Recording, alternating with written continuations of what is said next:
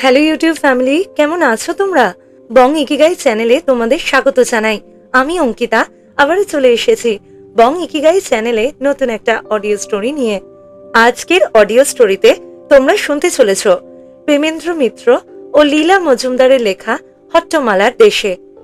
বাংলা ভাষায় নতুন নতুন অডিও স্টোরি শুনতে বং ইকিগাই চ্যানেলকে সাবস্ক্রাইব করে পাশের বেল আইকনে প্রেস করে অলে ক্লিক করে দিও, যাতে আমার চ্যানেলের সমস্ত নোটিফিকেশন সবার আগে তোমাদের কাছে পৌঁছে যায়।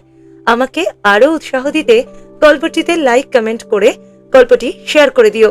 এইভাবে চ্যানেলের পাশে থেকো এবং সাথে থেকো।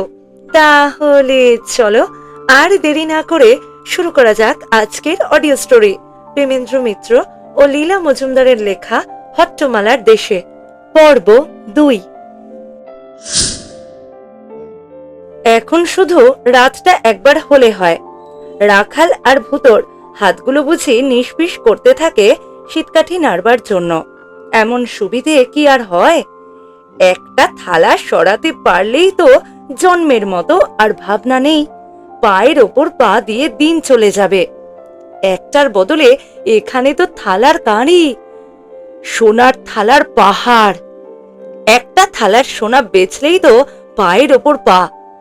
এতগুলো সোনা পেলে কি যে হবে সে বিষয়ে ভূতর রীতিমতো ভাবনা ধরে যায়। এত ঐশ্বর্য নিয়ে করব কি বলতো? কি যে করবে তা রাখালও ভালো করে ভেবে পায় না। তবু ভূতর ওপর সে চটে উঠে দাঁত খিচোয়। শোনো কথা, সোনা নিয়ে করব কি? রাজার মতো খাবো দাবো ফুর্তি করব। রাজার মতো খাওয়াটা যে কি ভূতর সে বিষয়ে ঠিক ধারণা নেই। তবু এইমাত্র যেরকম খাবারের নমুনা চেখে এসেছে, রাজার খাবার সেই রকম একটা কিছু হবে বলে সে ধরে নেয়। কিন্তু সোনার কাঁড়ি তাতেও যদি না ফুরোয়, তখন তখন তাল তাল করে সোনা জমাবো, বুঝেছিস? ঘর ভর্তি সোনা, রাখাল তাকে বুঝিয়ে দেয়। শুধু জমাবো? কিন্তু চুরি যদি কেউ করে নেয়? ভূত জিজ্ঞেস করে। রাখাল খেকিয়ে ওঠে। বাঘের ঘরে ঘোগের বাসা? আমাদের কাছ থেকে চুরি করবে সোনা? 7 ডুব দিঘির তলায় জগ দিয়ে পুঁতে রাখবো না? কে ছোবে সে সোনা? সোনা যদি পুঁতেই রাখলো, তবে তাতে আর লাভ কিসের? ভূত ঠিক বুঝতে পারে না। তবু রাখালের কাছে দাঁত খিচুনি খাওয়ার ভয় আর সাহস পায় না কিছু জিজ্ঞাসা করতে।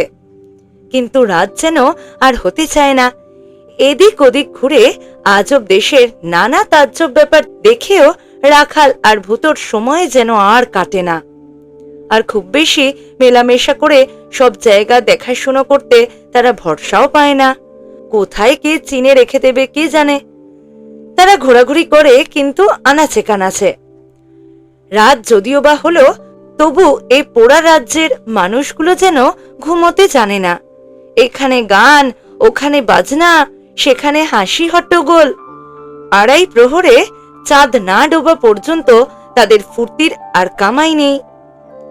জ্যোৎস্না গিয়ে সব অন্ধকার হওয়ার পর ক্রমশ সব যেন নিশুতি হয়ে এলো। রাখাল ভূতকে ঠেলা দিয়ে বলে, এইবার। ভূত রাস্তায় ঝোপের ধারে একটু গড়িয়ে নিচ্ছিল। উঠে হাত তুলে বলে, কি? রাখাল চাপা গলায় যতদূর সম্ভব খিচিয়ে ওঠে, কি তা জানো না আহম্মক? এইবার যেতে হবে না? ও, তা হবে বটে। ভূত উঠে পড়ে, কিন্তু কেমন যেন তার গা নেই। রাখালের সঙ্গে হোটেলখানার দিকে যেতে যেতে একবার বলেও ফেলে, আচ্ছা, আজ আর কষ্ট না করলে হয় না? রাখাল যেন নিজের কানকে বিশ্বাস করতে পারে না। হলো কি ভূতর? ব্যাঙের জলি বেজার, বিড়ালির মাছে অরুচি? মুখে বলে, বলিস কি ভূত? ভূত যেন বড় লজ্জায় পড়ে যায় না। এই বলছিলাম, ও হোটেলখানা তো আছে, সোনার থালাও যাচ্ছে না। 2-4 দিন বাদে যখন খুশি সরালেই তো হতো। ততদিন ঘুরে ফিরে জায়গাটা একটু দেখে নিতাম। একবার পুটলি বাঁধলেই তো গা ঢাকা দিতে হবে, আর দেখাশোনা তো হবে না। একসঙ্গে এতগুলো কথা বলে ফেলে ভূত হাঁপাতে থাকে। রাখাল প্রথমে হতভম্ব, তারপর তেতে আগুন হয়ে বলে, তবে থাক তুই এইখানে, আমি একাই চললাম। শীতকাঠিটা কেড়ে নিয়ে সে সত্যি হনহন করে এগিয়ে চলে। ভূতকে এবার পিছু নিতেই হয় ভয়ে ভয়ে। ধমক খাওয়ার ভয়ে আর কথাটি পর্যন্ত কয় না। হোটেলখানার ঠিক পেছন দিকটিতে তারা গিয়ে ওঠে। তারপর বেশ অন্ধকার ঘুপচি একটা কোণ দেখে কাজ শুরু করে দেয় রাখাল। গুণীর হাতে শীতকাঠি যেন মাখনের গায়ে ছুরির মতো চলে। দেখতে দেখতে পুরো দেওয়ালের অনেকখানি পাতলা হয়ে গেল। রাখাল নিজে বাহাদুরিতে খুশি হয়ে ওঠে। এতক্ষণে পড়ে এসেছে। তাকে ডেকে বলে, একেবারে কাজ হাসিল, তুই ততক্ষণ একবার দেখ কোথাও কেউ জেগে আছে কিনা, চারদিক ঘুরে দেখে আয়। রাখালের রাগ পড়েছে দেখে খুশি হয়ে ভূত টহল দিতে বেরোয়। না, কোথাও কেউ জেগে নেই, কিন্তু চারদিক ঘুরে হোটেলখানার সামনে এসে সে একেবারে অবাক। হোটেলখানার দরজা তো হাট, কেউ বেরিয়েছে নাকি ভেতর থেকে? তাহলেই তো সর্বনাশ। একেবারে নিঃসারে সে অনেকক্ষণ অপেক্ষা করে। কারো কোনো সাড়া শব্দ না পেয়ে তাড়াতাড়ি ফিরে যায় রাখালের কাছে ব্যাপারটা জানাতে। রাখাল তখন কাজ প্রায় হাসিল করে এনেছে। ভূতকে দেখে খুশি হয়ে চুপি চুপি বলে, পা বাড়িয়ে দেখ দেখি ভূত। ভূত সভয়ে বলে, পা বাড়াবে কি? হোটেলখানার দরজা খোলা, তা জানো? দরজা খোলা বলিস কি রে? ভূতর আর জবাব দেয়া হয় না। তার মুখের কথা মুখেই থেকে যায়। তার ঠিক আগে রাখালের পেছনে একটা লোক কখন এসে দাঁড়িয়েছে সে টেরই পায়নি। ভয়ে অবশ হাত পাগুলোর একটু সার ফিরতেই চো চো দৌড় দেবে না ভালোই ভালোই ধরা দেবে ভূত যখন ঠিক করতে পারছে না, তখন লোকটা হঠাৎ বলে, বাহ বাহ, খুব হাতের কেরদানি তো। এই পাথরের মতো দেয়ালে এমন নিটোল ফাঁক। কিন্তু এ আবার কি খেলা ভাই, রাত দুপুরে দেয়াল ফুটো। খানিকক্ষণ আর কারো সাড়া শব্দ নেই। এখন হাতে হাতে ধরা পড়ার পর আর রক্ষা আছে? ভূতর তো জিভটা অসার, পা দুটোর মনে হয় শেকড় গজিয়েছে। সে ফ্যাল ফ্যাল করে তাকায় রাখালের দিকে। বিপদে রাখাল তার ভরসা, কিন্তু রাখালেরই কি আর মাথা ঠিক আছে? সে যাকে বলে ভেবাচেকা, অর্থাৎ সোজা ভাষায় কিংকর্তব্য বিমূঢ়। একবার শীতকাঠিটা শক্ত করে ধরে ভাবে এক ঘা বসিয়ে দিয়েই সব লেঠা দেবে চুকিয়ে। কিন্তু তাতে বিশেষ সুবিধে হবে কি? ফ্যাসাদ বরং বাড়তেই পারে। কিন্তু কিন্তু ব্যাপারখানা কি? লোকটার ধরন ধারণ দেখে কিছু বোঝা যাচ্ছে না। কোথায় হইচই বাঁধিয়ে লোক ডেকে মারধর করে একটা কাণ্ড করে তুলবে, না খুঁটিয়ে খুঁটিয়ে সিধের ফোকরটা পরীক্ষা করতেই ব্যস্ত। আবার শুধুই কিনা, সত্যি ভাই কি করছিলে বলো তো? মনে মনে রাখাল এবার রীতিমতো চটেই যায়। বাগে পেয়ে ঠাট্টা হচ্ছে? না, হাতে নাতে ধরে ফেলেছিস, যা করবার হয় কর, হাত করা দে, না হয় দুঘা কষিয়েই দে লোকজন ডেকে। অমন দু চার ঘা খাওয়া রাখালদের স আছে, কিন্তু ঠাট্টা আবার কিসের? রাগে রাখালের মুখ দিয়ে বেরিয়ে যায়, কি আর করছিলাম, তোমাদের দেয়াল কেমন মজবুত তাই দেখছিলাম। লোকটা এক মুখ হেসে বলে, ও তাই তো বটে, তোমরা বুঝি স্থাপত্য বিশারদ? স্থাপত্য বিশারদ? ঠাট্টার পর আবার গালাগাল, তাও আবার এমন দাঁত ভাঙা গাল। রাখাল আগুন হয়ে উঠে বলে, কি? না না, আমি বলছি। লোকটা যেন একটু অপ্রতিভ হয়েই বলে, তোমরা বুঝি বাড়িঘর কেমন মজবুত তার তদারক করে বেড়াও? এ আর সত্যি সহ্য হয় না। রাখাল জ্বলে উঠে বলে, না না। লোকটা অবাক, তবে তবে কি যেন জানো না? নেকার কি? রাখাল চেঁচিয়ে ওঠে, আমরা চোর, হ্যাঁ সিধেল চোর, 100 বার 1000 বার চোর। এখন কি করবে করো। লোকটা এবার হো হো করে হেসে ওঠে, না বুঝেছি বুঝেছি। হাসি আর তার থামতেই চায় না। তোমরা নির্ঘাত। তাকে আর কথা শেষ করতে হয় না। শাসিয়ে বলে, খবরদার, তো দিয়েছি একবারই, রাখাল শীতকাঠিটা তুলে ধরে বলে, আমরা হট্টমালার দেশের লোক, যদি ফের বলেছ, এখানে নেমে অবধি শুধু হট্টমালা আর হট্টমালাই শুনছি। আর যদি কেউ বলেছে। রাখাল একেবারে মারমুখ। লোকটা চুপ করে, কিন্তু হাসি তার সামলে বলে, আচ্ছা ভাই, কিছু বলবো না, থামো না। খানিক বাদে একটু, এখন চলো ভেতরে তো যাই।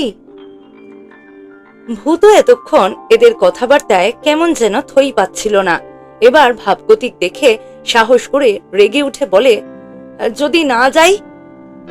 না গেলে আর কি করছি বলো, তবে গেলে ভালো হতো। আমাদের দিকদারেরও এই এক রোগ কিনা, একসঙ্গে চিকিৎসার ব্যবস্থা করা যেত। চিকিৎসে? চিকিৎসে আবার কিসের? আর দিকদারি বা কে? কথাগুলো যত গোলমেলেই হোক, রাখাল আর ভূত ভেতরে যাওয়াই বুদ্ধিমানের কাজ বলে মনে করে। কারণ তাদের কথাবার্তার মধ্যে কয়েকজন ইতিমধ্যে এসে জমা হয়ে গেছে। এদের হাত ছাড়িয়ে পালানোটা ঠিক সুবিধে হবে না। ভেতরে যেতে যেতে ভূত কিন্তু মনের ধুকফুকুনি আর চেপে রাখতে পারে না। বলে, দিকদার আবার কে? একজন জবাব দেয়, আরে দিকদারকে চেনো না? বড় বাগানের সেরা গুণী, যার আপেলাম আর জামপিচ খেয়ে দেশের লোকের প্রাণ ঠান্ডা। তার হয়েছে কি? জিজ্ঞেস করে রাখাল। যা হয়েছে বড় সাংঘাতিক। এই সেদিন বড় মালির নাকটা ফাটিয়ে দিলে না এক ঘুষিতে। তাহলে বড় মালির নাকের চিকিৎসা হচ্ছে বলো? বলে রাখাল। আহা, তার আবার চিকিৎসা কি? একটু মলমেই ঠান্ডা। চিকিৎসা দরকার দিকদারের। নাক ফাটলো বড় মালির, আর চিকিৎসা হবে দিকদারের? এরা বলে কি? রাখাল সত্যি অবাক হয়ে দাঁড়িয়ে পড়ে। তার কার হবে? কথায় কথায় লোকের গায়ে হাত তোলা এ কি সোজা রোগ? তোমাদেরও কিন্তু এই এক ব্যারাম। প্রায় একটু হলে দিয়েছিলে মাথাটা ফাটিয়ে। তাই তো বলি, দিকদারের সঙ্গে তোমাদের চিকিৎসা দরকার। রাখালের মুখে আর কথা। এবার তার ঘোরতর সন্দেহ হয় নিজের মাথাটা ঠিক আছে কিনা। ভূতর কথা তো ধর্তব্যই নয়। তার মাথায় নেই তো মাথা খারাপও নেই। খাবার দোকানে তারা ঢোকবার পর সেখানে রীতিমতো সাড়া পড়ে যায়। তারা চুরি করেছে না তাজ্জব এক কেরামতি দেখিয়েছে, লোকগুলোর ভাবগতিক দেখে বোঝবার জো নেই। দোকানের মালিক, আলবাত সে দোকানের মালিক, রীতিমতো খাতির করে তাদের এক জায়গায় নিয়ে গিয়ে বসায়। আরে এ যে চেনা মুখ, এই সকালেই না তাকে। আর কথাটা শেষ করতে দেয় না ভূত। হ্যাঁ, সকালেই এখানে খেয়ে গেছি, তা হয়েছে কি? দাম বুঝি আর কেউ এখানে বাকি রাখে না? যে লোকটা তাদের চুরি ধরে ফেলেছিল সে দোকানির কানে কানে কি যেন বলে। দোকানি নিজেকে সামলে নিয়ে বলে, ঠিক তো, বাকি থাকে বই কি, কিন্তু এই বেলা তো ভাই সদর দিয়ে এলেই পারতে। কি দরকার ছিল এত কষ্ট করে দেয়াল ফুটো করবার? রাখাল হঠাৎ চিৎকার করে ওঠে রেগে গিয়ে। ছিল ছিল দরকার ছিল, দরকার ছিল তোমার ওই সোনার থালাগুলো চুরি করা। সদর দিয়ে এলে সেগুলো দিতে তুমি। দোকানি অবাক হয়ে বলে, বাহ, এ চাইলে কি আমি দিতাম না? এ আর এমন কি কথা? থালাগুলো কি করতে ভাই মিছিমিছি ওগুলো নিয়ে? শুধু বোঝা বওয়াই সারত। রাখাল আর ভূত খানিক হতভম্ব হয়ে সকলের দিকে তাকায়। তারপর রাখাল হঠাৎ ভূতর দিকে হাতটা বাড়িয়ে দিয়ে বলে, আর একবার আঙুলটায় কামড় দিয়ে দেখি ভূত। ভূত খুশি মুখে দাঁত বার করতেই কিন্তু রাখাল হাতটা টেনে নিয়ে বলে, আচ্ছা এখন থাক, একটু ভাবতে দে। ভূত উদ্গ্রীব হয়ে যাকে বলে দাঁত কষিয়ে বসে থাকে, কিন্তু রাখালের আর হাত বাড়িয়ে কামড় খাবার তেমন উৎসাহ দেখা যায় না। ভূতকে রীতিমতো হতাশ করে দোকানের মালিককে, আরে দোকানের মালিক নয় তো সে কে? রাখাল জিজ্ঞেস করে, আজ্ঞা বাবু, এই খাবারের দোকানটি যে সাজিয়ে বসে আছো কেন বলতে পারো? কেন? বাহ, লোকে খাবে বলে। লোকে খাবে বলে? রাখাল একরকম দাঁত খিচিয়েই ওঠে। আহাম্মক আর কাকে বলে? লোকে খাবে বলে তুমি দান ছত্র খুলে ভূতের বেগার খেটে মরছ। যে সে হট করে ঢুকছে, যা খুশি খেয়ে চলে যাচ্ছে। তোমায় তো কথাটি পর্যন্ত কইতে দেখলাম না। সোনার উপর থালা বাটিগুলো পর্যন্ত বিলিয়ে দিতে তুমি রাজি। দোকানির মুখ দিয়ে এবার আর কথাই বার হয় না, আর সবাই মুখ চাওয়াচাই করে। ওষুধ বোধহয় ধরেছে। রাখাল রীতিমতো বক্তৃতা শুরু করে দেয়। দুদিন দোকানটি আমার হাতে ছেড়ে দিয়ে দেখো দেখি, সকলের আহ্লাদপনা আমি ঠান্ডা করে দিচ্ছি। এ ভালো মানুষের কাল নয়, বুঝেছ বাবু? ভালো মানুষের আজকাল ভালোই নেই। নিজের গন্ডাটি না তুললে সবাই ঠকিয়ে যাবে। উৎসাহের মাথায় রাখাল হয়তো আরো অনেক কিছু বলতো, কিন্তু সবাই হঠাৎ হেসে ওঠে। তার অমন বক্তৃতা শুরুতেই মাটি করে দেয়। হাসি, এত হাসি কিসের? রাখাল আবার মারমুখী হয়ে ওঠে। ভালো কথা বললাম তো হেসেই উড়িয়ে দেওয়া হলো না? বলি, এটা পাগলা গারদ নাকি? একটা মানুষের মতো মানুষ এখানে নেই। একজন হেসে বলে, কেন, আমরা কি মানুষ নই? হ্যাঁ। রাখাল অবজ্ঞা ভরে বলে, তোমরা আবার মানুষ? মানুষের মতো চেহারায় হলেই বুঝি মানুষ হয়? বলি, কি আছে তোমাদের? সবাই দাঁত বার করে হাসতেই জানো। রাগের চোটে রাখালের মুখ দিয়ে যেন আফসোসের মতো বেরিয়ে যায়। এই যে রাত দুপুরে আমরা চুরি করতে এলাম, তা একটা পাহারা বলার চুলের টিকি তো দেখা গেল না। হতো আমাদের ওখানে তো এতক্ষণে দেখতে, থানা পুলিশ দারোগা মিলে কি কাণ্ডটা বাঁধিয়ে তুলতো। থানা, পুলিশ, দারোগা? লোকগুলো এবার সত্যি হতভম্ব হয়ে তাকায়। দোকানি তো, আলবাত সে দোকানি। জিজ্ঞেস করে, দারোগা, পুলিশ, সে আবার কি? কি করে তারা? শোনো কথা। রাখালকে এবার ভূতকেই মুরব্বি মানতে হয়। দারোগা পুলিশ কি করে জানো না? ডান্ডা দিয়ে সবাইকে ঠান্ডা রাখে। দোকানিকে ধরে এবার সে বোঝাবার চেষ্টা করে। এই ধরো, তোমার এই দোকানটি যদি কেউ লুট করতে চায়, তাহলে কে সামলাবে শুনি? কে আবার লুট করতে চাইবে? না, মাথা ঠান্ডা রাখা যায় না এতে। তবু রাখাল জোর করে নিজেকে সামলে বলে, কে লুট করতে না চাইবে বলো? এমন দোকান, এমন সব দামি দামি মাল, কার না লোভ হয় শুনি? দোকানির মুখ দেখে তবু মনে হয় ব্যাপারটা এখনো তার বোধগম্য হয়নি। রাখাল আরো ভালো করে বোঝাবার চেষ্টা করে। তার পাশের লোকটিকে দেখে বলে, এই ধরো, নাম তোমার হে বাপু? দোকানি নিজে থেকে জানিয়ে দেয়, আরে ওকে চেনো না? ও আমাদের তিনু কুমোর। ওর হাতের কাজ যদি... থাক থাক, তোমার আর পরিচয় ব্যাখ্যা করতে হবে না। রাখাল তাড়াতাড়ি বাধা দিয়ে বলে, এই তিনু কুমোরেরই যদি একদিন লোভ হয় তোমার দোকানটির ওপর? বারে, তা হবে কেন? ও তো কুমোর।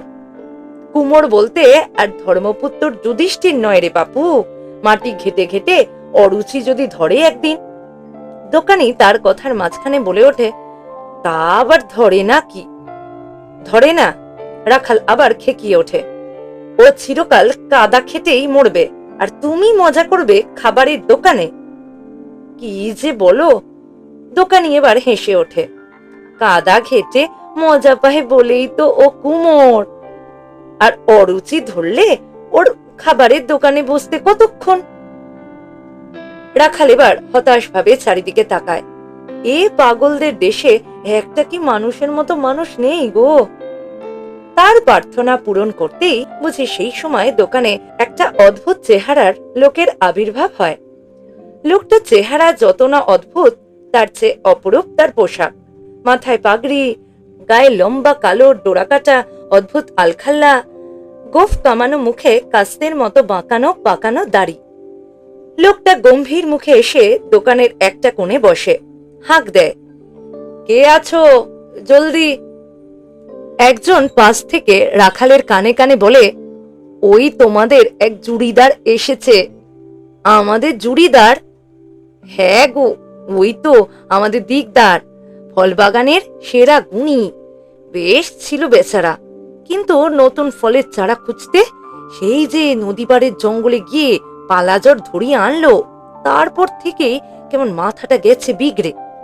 তোমাদের মতো যত আবোল তাবোল বকে, কিছু বলতে গেলেই মার মুখো।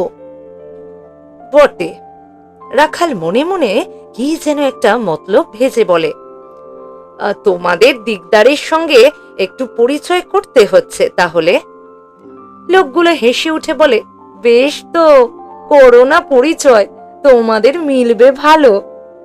রাখাল আর বাক্য ব্যয় না করে নিজে থেকে উঠে গিয়ে দিকদারের কাছে দাঁড়ায়। তারপর অমায়িকভাবে হেসে বলে, শুনছেন মশাই? ভ্রু কুঁচকে গোমড়া মুখে দিকদার রাখালের দিকে একবার তাকায়, তারপর মুখ ভেঙচে বলে, শুনছেন? কি শুনবো শুনি? যত সব ষাঁড় মার্কা উজবুক। আগে বলো, হেই দিকদার। রাখাল রীতিমতো ভড়কে যায়। দিকদার আবার ধমকে ওঠে, কই, চুপ করে আছো যে, বলো, হেই দিকদার। রাখাল ভয়ে ভয়ে বলে, হেই দিকদার। দিকদার বললে, কে রে তোরা? কোথা থেকে এসেছিস? এদিকে আয়, আমার সামনে এসে জবাব দে। ওরা ভুইত্রাসী গায়ের কথা বললে। দিকদার একটু ভেবে আবার শুধোয়, কি কাজ জানিস তোরা? করতিস কি? ভূত রাখালের মুখের দিকে চায়। রাখাল বুক ফুলিয়ে বলে, করবো আবার কি, চুরি করতাম, শীদেল চোর। তাই শুনে দোকানের মধ্যে আর যারা বসেছিল তারা সব উঠে এসে ওদের চারদিকে ভিড় করে দাঁড়ালো। চুরি? সে আবার কি? কই, শীদেল চোর? এ দুটোকে তো সাধারণ মানুষের মতো দেখা যাচ্ছে। রাখাল খুব জাঁক করে বলে যেতে লাগলো, চুরি করব না তো কি, না খেয়ে মরবো? ধরা যখন পড়েছি তখন জেলও খেটেছি। কি বলতে চাও বলো, আমরা কিছুকে ভয় পাই নে। দিকদার আগেই কথা বলল, ধমকে বলল, এখানে তোমাদের ওসবের সুবিধে নেই বলে রাখলাম। এতক্ষণে ভূত কথা বলল।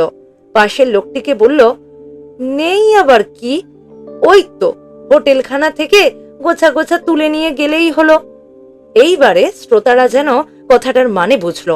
একজন খুশি হয়ে বললে, তাই বলো, এক জায়গা থেকে আরেক জায়গাতে নিয়ে যাওয়াকে বুঝি চুরি বলে? ভূত বললে, যেত, যার জিনিস তাকে না বলে নিতে হয়, না জানিয়ে লুকিয়ে লুকিয়ে নিতে হয়। কেন কেন কেন? নইলে সে দেবে কেন? শুনে সবাই অবাক। কেন দেবে না? কেন, তোমার দরকার হলেও দেবে না?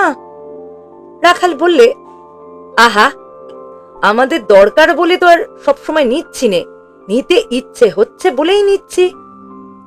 তারা বললে, কি করবে নিয়ে? দরকার নেই তো নিয়ে করবে কি? কেন, খাবো দাবো, সাজবো, বেড়াবো, একটা ঘোড়া কিনবো? সে তো এমনিও করতে পারো, তার জন্য এক জায়গার জিনিস আরেক জায়গায় নেবে কেন? দিকদার উঠে পড়ে বললে, বুঝলে না, ওরা হট্টমালার দেশ থেকে এসেছে। চলো তো তোমরা আমার সঙ্গে, হয়তো কিছু সুবিধে করে দিতে পারি, কিন্তু খাটতে হবে বলে রাখলাম। ভূত অমনি লাফিয়ে উঠেছে। রাখাল তার কাছারে টেনে বললে, কত মাইনে দেবে? ক ঘন্টা খাটতে হবে? ভিড়ের লোকের বিস্ময়ের সীমা নেই। তারা শুধোয়, মাইনে আবার কি? রাখাল বিরক্ত হয়ে বলে, মাইনে কি জানো না? মাগনা খাটবো না কি? ততক্ষণে দিকদারের খাওয়া হয়ে গেছে। সে উঠে পড়েছে। কর্কশ গলায় বললে, এখানে কেউ মাইনে টাইনে পায় না। এ কি হট্টমালার দেশ পেয়েছ নাকি? আর কতক্ষণ খাটবো, ও আবার কি কথা? যতক্ষণ পারবে খাটবে, পেট ভরে খেতে পাবে, বালিশ বিছানা পাবে যেমন আর 5 জনে পায়, কাপড় চোপড় যা যা দরকার চেয়ে নেবে। চলো। সবাই বললে, যাও যাও, দিকদারকে চটিও না। আর অমন বাগান তোমরা বাপের কালেও চোখে দেখোনি, একবার চোখ ভরে দেখে এসো গে। শেষ পর্যন্ত গেল ওরা। একটা আস্তানা না হলে তো চলে না। আর এদের হাবভাব দেখে মনে হয় সবাই কাজ করে, এমনি এমনি হয়তো কেউ থাকতেই দেবে না। ভিড় থেকে 5-7 জনা ওদের সঙ্গ নিল। তারাও নাকি দিকদারের সঙ্গে ওই বাগানেই কাজ করে। দিকদার হনহনিয়ে এগিয়ে চলল। কেমন যেন রাশভারী লোকটা, কাজের কথা ছাড়া মুখে দুটো ভালো কথা নেই। খানিকটা এগিয়ে ভূত তার পাশের লোকটাকে বললে, কেউ মাইনে পাও না তো চলে কি করে? ওরা না হয় থাকতে খেতে দিল, কাপড় চোপড়ও দিল, আরো খরচ আছে তো। সে তো অবাক, আরো খরচ মানে? রাখাল এরকম বোকার মতো কথা শুনে রেগে গেল। আরো খরচা থাকে না মানুষের? ধরো একদিন বাইস্কোপ দেখার শখ হলো, তার জন্য টিকিট কিনতে হবে না? লোকগুলো মুখ চাওয়াচাই করে হেসে ফেলল। বায়োস্কোপ দেখতে আবার পয়সা লাগবে কেন? গিয়ে বসে দেখে এলেই পারে, বাগানেই তো বায়োস্কোপ আছে। ভূতর রাখাল সত্যিই অবাক হয়ে গেল। এ দেশটা তো মন্দ না। ভূতরাশির লোকেরা যে শুধু গ্যাটের পয়সা খরচ করে বায়োস্কোপ দেখে তা নয়, তার ওপর কষ্ট করে সদরে গিয়ে তবে সে না দেখতে হয়। মন্দ নয় এ জায়গাটা। তারা চারদিকে চেয়ে দেখে, দিকদার এত দূরে এগিয়ে গেছে যে তাকে আর দেখা যায় না। আর এইখানেই শেষ হলো পর্ব 2। পর্ব 3 নিয়ে ফিরে আসবো।